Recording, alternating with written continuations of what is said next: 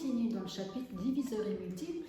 Et dans ce chapitre, on a aussi découvert des nombres rectangles et des nombres carrés. J'aime beaucoup cette notion parce qu'elle associe le nombre avec la forme. Et donc un petit peu, on pourrait dire l'arithmétique, l'algèbre, avec la géométrie. Et on peut voir ainsi qu'en mathématiques, tout est lié. Comme dans la vie d'ailleurs, pour tout, tout est toujours lié. On peut toujours trouver des liens entre les choses. Et donc, qu'est-ce qu'un nombre rectangle? Eh bien, un nombre rectangle, en fait, c'est un nombre qui représente l'aire d'un rectangle.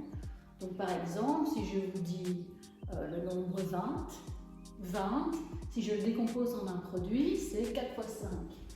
Donc, 4 fois 5, et donc nous avons une aire de 20. Eh bien, 20 est un nombre rectangle. Alors, j'aurais pu le dessiner différemment. On aurait pu dire que 20, c'est 2 fois 10. Donc, 2 fois 10, les mesures ne sont pas à l'échelle, évidemment. Donc, 2 fois 10. Voici une autre représentation du nombre 20. Ainsi, le nombre 20 a plusieurs représentations rectangles. Alors, si on parle du nombre carré, vous l'avez compris, c'est par exemple 4 fois 4. Un nombre carré, comme je sais le faire, 16. 16 est un nombre carré parce qu'on peut le représenter sous la forme d'un carré qui a une aire de 16. On pourrait bien sûr en faire d'autres. 2 fois 2. 4 est un nombre carré. Donc voilà pour la différence entre nombre rectangle et nombre carré. Bien, et donc dans le fascicule, nous avons vu des exercices comme celui-ci. Trouve un naturel qui a exactement 5 diviseurs. Et quand on a compris un peu le concept de nombre rectangle ou de nombre carré, on peut trouver, en mélangeant les formes et les nombres, on peut trouver la réponse à ce genre d'exercice. Si je regarde par exemple 20, il a déjà 1, 2, 3, 4 diviseurs. J'aurais pu le représenter encore d'une autre manière. J'aurais pu mettre 1 et 20 en longueur, ce qui ferait 20.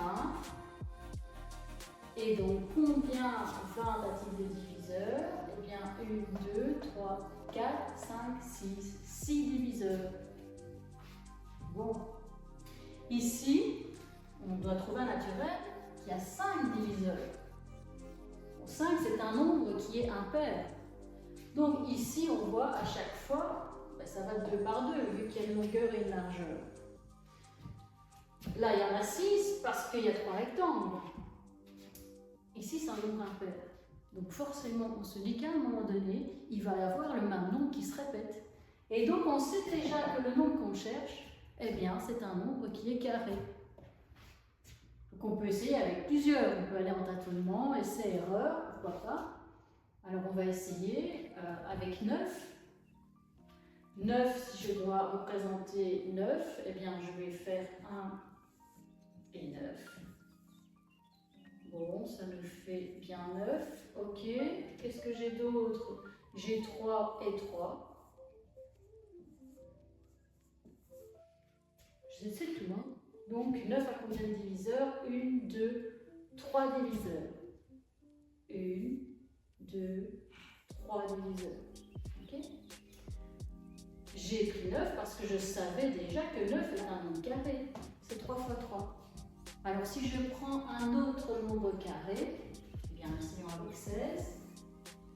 16.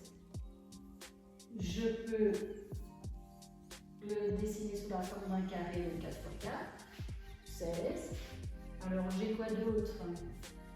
J'ai 1 fois 16, 16. Ensuite on a 2 fois 8, 16. Hop, voilà. J'entoure les diviseurs. Ce qui nous fait 1, 2, 3, 4, 5. 16 à 5 diviseurs, et c'est bien cela qu'on cherchait. Donc, un naturel qui a exactement 5 diviseurs, eh bien, je sais que 16 répond à cette question. voici un moyen pour trouver les réponses à ce type d'exercice. Hein. Donc, on va mettre 7, par exemple. Bon, on aurait pu le trouver différemment aussi. Hein. Ça, c'est si on veut s'amuser à dessiner des rectangles, des carrés. Bon, maintenant, si on veut quelque chose de plus traditionnel, on aurait très bien pu chercher les diviseurs de 16 et les énumérer. 1, 16, comme on a fait avec la technique de départ. Ensuite, 2, 8 et 4. 1, 2, 3, 4, 5 diviseurs, exactement 5 diviseurs. Mais l'astuce, c'était vraiment de voir qu'en fait 5 diviseurs, ça ne pouvait être qu'un nombre carré. Un nombre carré, parce que là, dans les nombres carrés, eh bien, j'ai 2 fois le même diviseur qui se répète. Ou sinon, si on est avec un nombre pair de diviseurs, on sera dans un nombre rectangle.